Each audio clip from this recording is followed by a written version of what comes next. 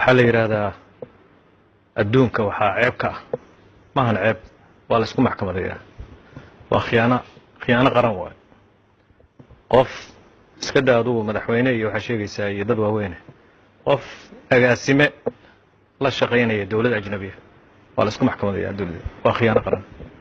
waxaan rabaa inaan caddeeyo in ay jiraan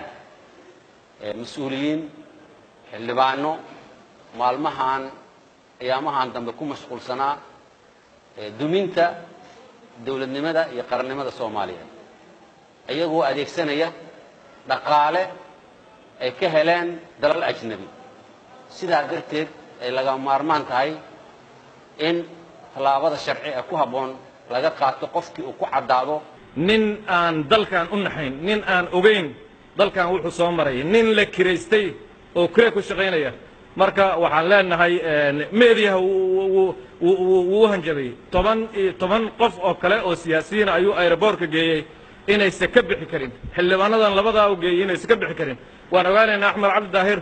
haddii uu sharci darro qof ku celin kariyo haddii kale baarlama airport kana laga baxaya dadkuna waa xor waana soo galayaa ninka baxayana waa isaga